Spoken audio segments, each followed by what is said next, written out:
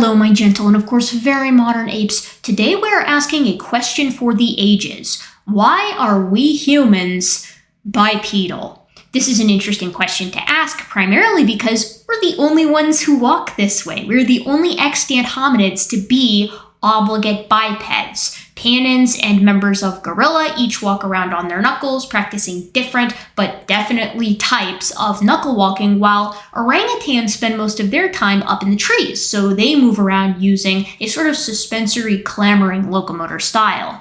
In the past, the world was absolutely littered with bipedal hominins, just like us, some moving in our committed full-timer style, and others only dabbling in walking on 2 feet while spending the rest of their time up in the trees. We're the only ones left, and while that's an interesting question in and of itself, we're not asking why we're the only remaining bipedal apes, but instead, why we stood up in the first place. Now, evolutionarily, all different morphologic changes are a result of mutation and selection, acting because of some kind of pressure, be it environmental or social. So, which pressures caused us to stand and begin moving about? Unfortunately, the question of why we stood up in the first place is a lot more difficult to answer than the biomechanics behind how we move upright today and how other hominins moved upright in the past. In fact, there are probably a dozen or so hypotheses out there trying to explain the pressures behind why apes became bipedal sometime around the Miocene. Part of the reason the precise driving force is so difficult to identify, even in the modern world of paleoenvironmental studies,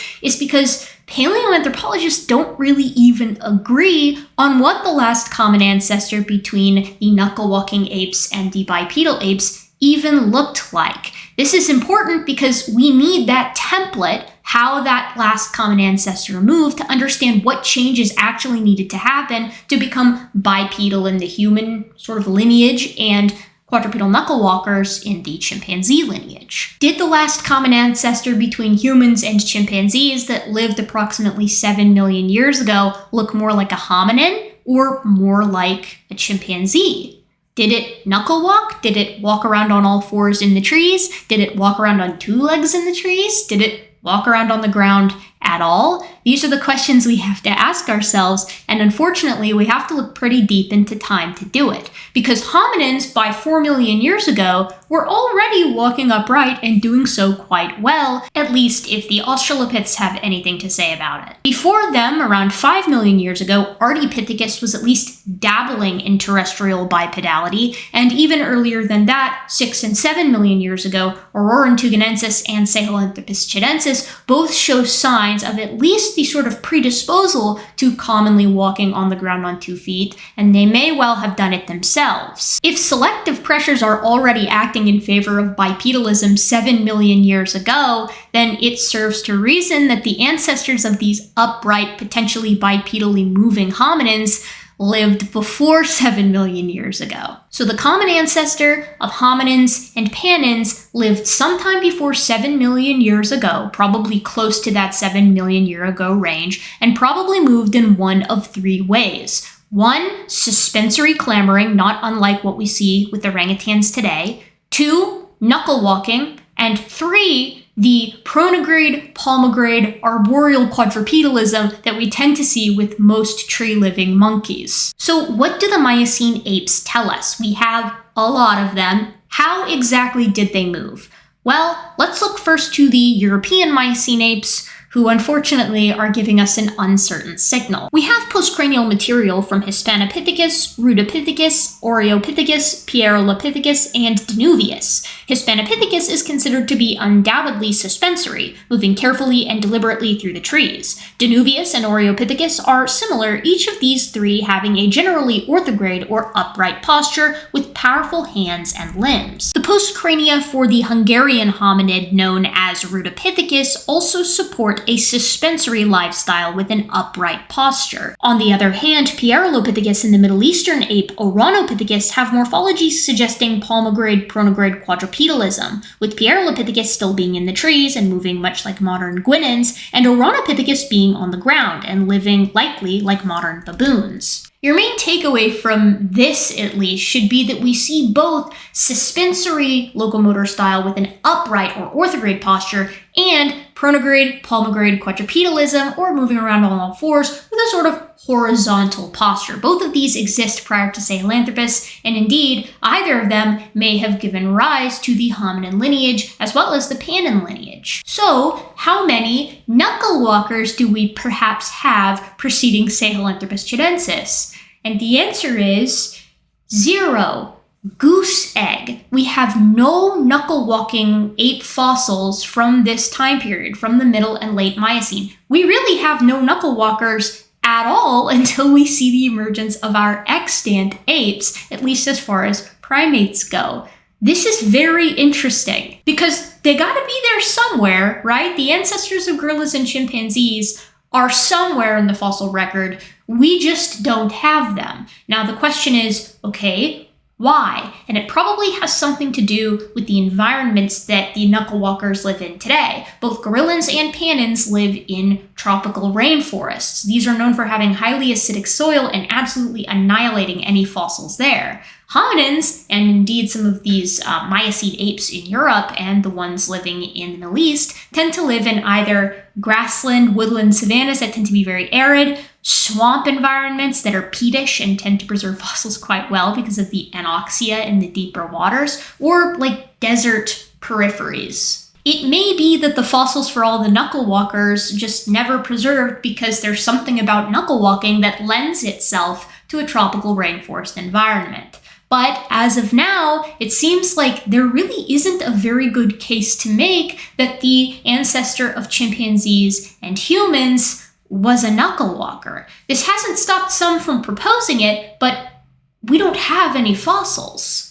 An interesting aside to this, of course, is the fact that chimpanzees and gorillas both knuckle walk, but in different ways. This is why we can simultaneously say that humans and chimps are clearly more closely related to one another on the basis of genetics than either is to gorillas, and yet chimpanzees and gorillas share a more similar locomotor style, probably because they live in similar environments, and probably because their ancestors did as well. But back to the last common ancestor between hominins and panins. I personally find the suspensory hypothesis to be most compelling, because it's just easier to go from upright in the trees to upright on the ground than it is to go from quadrupedal and horizontal in the trees to upright on the ground. Not only that, but chimpanzees seem to occupy almost a middle ground with regard to posture when comparing something that's totally orthograde like humans to something that's totally quadrupedal like monkeys. Their foramen magnum comes out at sort of an intermediate place. So I don't think that it's more difficult for chimpanzees to come from something that's upright than it is for them to come from something that's quadrupedal. I think both of those are kind of equally parsimonious for chimpanzees, while for hominins, it's most parsimonious to suggest perhaps that they come from something orthograde or upright.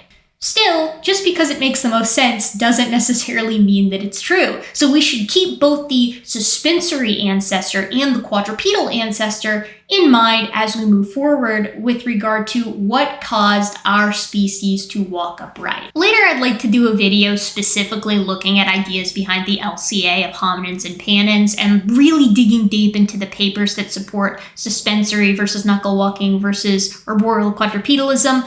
But I want to be more general today, so let's talk about the hypotheses behind why hominins became bipedal. The savanna hypothesis is perhaps the oldest hypothesis for bipedalism and was even tentatively put forward by Darwin and some of his contemporaries. The basic idea is that hominins stood up because they had to. The environment changed from this jungle-ish biome to being one that was much more arid with fewer trees, and faced with their changing environment around them, hominins simply had to come down from the trees. The apes didn't leave the trees left the apes, has been sometimes said. The idea is that these apes, probably descended from something similar to a chimpanzee, as was the style at the time, and that this common ancestor between all hominins was already a knuckle walker in its jungle environment. The jungles leave, the environment becomes more arid, they come down from the trees as knuckle walkers, and then this new pressure pushes them to stand up. What is the pressure? It's been proposed to be a couple of different things under the savanna hypothesis. Some have proposed that standing up would have allowed these ancient hominins to see over the tall grass, be more alert for predators, and also spot faraway resources. The savanna hypothesis really only serves to act as the pressure to push hominins out of the trees and onto the ground, and thus it's usually used in conjunction with the traveling efficiency hypothesis or the aposematic hypothesis. The traveling efficiency hypothesis is exactly what it sounds like. It argues that once hominins were pushed onto the ground, it's simply more efficient to walk upright than it is to walk on all fours, and it's easier to thermoregulate. The immediate counter to this would be, well, then why aren't all savanna animals bipedal instead of quadrupedal? And as the argument goes, well, they weren't predisposed to be bipedal. This is kind of in conjunction with that suspensory idea that I posed earlier. If you come from the trees and you're already somewhat upright, it's easier to just stand up the rest of the way. Things like gazelles are already terrestrial quadrupeds, so the pressure to stand up would have to be incredibly great to reconfigure what is effectively their entire body plan. In this way, only the ancient hominins would be predisposed to being bipeds as they come down from the trees. And it is true, it is actually less metabolically costly to walk bipedally than it is to walk quadrupedally. Not only that, but again, it's been proposed to be a better means of thermoregulation. When you stand up, you expose only your shoulders and the top of your head to the sun instead of your entire back. So this way, not only do you conserve energy, but you conserve water. The aposematic hypothesis can work in conjunction with both the savanna hypothesis and the traveling efficiency hypothesis because what it proposes is that we stand up in order to make ourselves conspicuous. We're trying to show all the predators nearby that we're big and we're loud and therefore don't mess with us. It's a warning display hypothesis. Okay, so let's pause. How do these hypotheses hold up to scrutiny? Well, the savanna hypothesis has really fallen out of favor in recent years, and this is primarily due to the paleoenvironmental work that has been done on the habitats that early hominins lived in. Because those earliest bipeds, those early Australopiths, Ardipithecus, even Aurorantuganensis and Sahelanthropus chilensis, they don't live in the savanna. They live in woodlands. Woodland environments have plenty of trees, although not quite as many as a jungle. There's still way more than in a savanna. So in this way, it's not really that hominins were forced out of the trees, and more that, well, they came down to move from patch to patch. They could stay in one location, but they didn't necessarily have to. This early hominin bipedalism hypothesis that's bolstered by these woodland environments, I think, supports the last common ancestor of hominins and pannins being that already upright suspensory animal. A suspensory last common ancestor for hominins and pannins would live up in the trees in these woodland environments and come down from the trees to move from concentrated food patch to concentrated food patch. Because it's upright in the trees, when it comes down to the ground, it simply stays upright. This isn't unlike what we see in gibbons today. In the case of the hominins, these woodlands would continue to become more and more arid, and the patches would be further and further apart, acting as a pressure to become more efficient when you are bipedal on the ground as the trees are slowly disappearing. I think that this is pretty compelling as far as hominin evolution goes, but of course, you do have to then accept the idea that pannins result from a sort of reforestation of their habitats, descending from a more orthograde suspensory ancestor, and instead of taking the full-time bipedality route, they simply stayed in the trees and became less orthograde over time. The chimpanzee side of things feels more just so than the pressures for hominins to move in their direction, so I eagerly await finding more pannin fossils to hopefully tell more of that story. But the early hominin bipedalism hypothesis, again with these woodlands, I think has a lot going for it. It really is a lot like the savanna hypothesis, to be honest, although instead of the environmental shift prompting bipedalism, it simply exacerbated it. The postural feeding hypothesis kind of goes hand in hand with this early hominin bipedalism hypothesis. It proposes that the initial pressure to become bipedal was, of course, the pressure to become orthograde or upright. And it proposes that when we look at extant apes that are non-human, so orangutans and chimpanzees, they're most often found bipedal or upright when they're feeding. The idea then is pretty simple. You hold yourself upright while you're chowing down on some fruit. A similar idea, but more in line with the earlier versions of the savanna hypothesis, comes from Owen Lovejoy and his colleagues, and it's called the provisioning hypothesis. This idea argues that hominins become monogamous very early indeed, an idea that's supported by the lack of sexual dimorphism in hominins like Ardipithecus ramidus. Usually, if there isn't very much of a difference between the sexes in the canine teeth or in the body size, primates tend to be monogamous or pair-bonded. So Lovejoy argues that because these were pair-bonded animals and because pregnancy is such a large burden on animals in general, but particularly apes because of our long gestation period, that males would go off to find resources to give to his mate, to his female, and that when he would go off and find things like fruits and, berries and things like that, he would have to hold them in his arms. And so he had to stay upright because he's holding things in his arm as he comes back. This is something that we see chimpanzees do, so Lovejoy kind of, I believe, took inspiration from that. But a big problem with this is Australopithecus, the genus that comes directly after Ardipithecus, temporally speaking, is polygynous and highly sexually dimorphic. So it's kind of hard to argue that bipedal efficiency goes up because of monogamous pair bonds in an animal that is decidedly not pair bonded or monogamous. I would, of course, be remiss to talk about the hypotheses with regard to bipedalism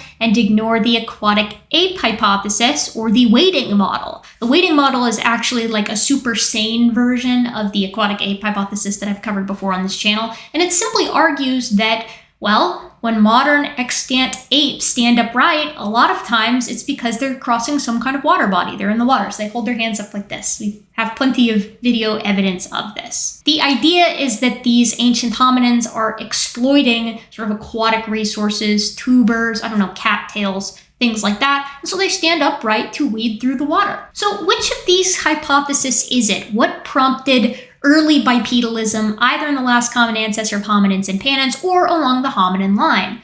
Well, I think Napier put it best in 1963. It seems unlikely that any single factor was responsible for such a dramatic change in behavior. And I tend to agree. I tend to agree with that conceptually too, like on a larger basis. When has it ever been the case that large-scale changes in morphology are the result of one singular factor, especially in such social animals where sociality is at play, the environment is at play? It could be a myriad of different things all acting together. With all that being said, here is what I think happened given the data that we have now. I think the last common ancestor of hominins and panins was suspensory with an orthograde posture. Support for this can be found in the fossil record, with many Miocene apes already being suspensory clamorers, as well as in modern apes. Orangutans and chimps, for instance, feed upright, supporting themselves with their arms. In a woodland environment, I think these animals had good reason to come to the ground, likely to travel across areas with lower tree density. Given their arboreal biomechanics, it would be easier to simply stay upright on the ground, not unlike what we see in gibbons. As the environment changed in these ancient woodlands, some populations of this last common ancestor found themselves in more sparse woodlands, prompting a pressure for more efficient bipedalism, and others found themselves in more dense jungles, lessening that pressure. This is supported by paleo-environmental work on the earliest hominins, Sahelanthropus, Auroran, and Ardipithecus. These earliest hominins are also all orthograde. They are all already upright, and many of them, particularly Auroran and Ardipithecus, are definitely bipeds, at least when they're on the ground. Eventually, some populations of hominin manage to commit to terra firma, while still maintaining aspects of their morphology that allows them to climb trees. This is why Australopiths have the full suite of bipedal characteristics, but still maintain curved phalanges. Why have the ability to climb trees still in their morphology? Perhaps they nested there, a safe place away from predators, as these animals could not yet use fire. I think the advent of larger group living and then fire allowed these animals to fully commit to the ground somewhere around Homo habilis and Homo erectus. To me, this is cohesive and it matches with the data that we currently have. However, that does not mean that this is how it happened. This doesn't mean that I am right, because as more data comes to light, we may completely change our ideas about why bipedalism evolved in hominins. That's the beautiful thing about science, its mutability. In the end, we're discovering more and more about the advent of bipedality in our own lineage as we dig more fossils up out of the ground and take more isotopic samples from ancient paleo environments. What we do know for sure is that hominins did become bipedal, and that once it arrived, it stuck around, proliferating not only in genus Australopithecus, but our sister group, Paranthropus, into Homo, and eventually into the hominins that would spread out across the world, finding itself existing only in modern-day Homo sapiens. And that's pretty cool, pretty epic. So, my gentle and of course very modern apes, I do hope to see you next time, and in the meantime, do take care of yourselves.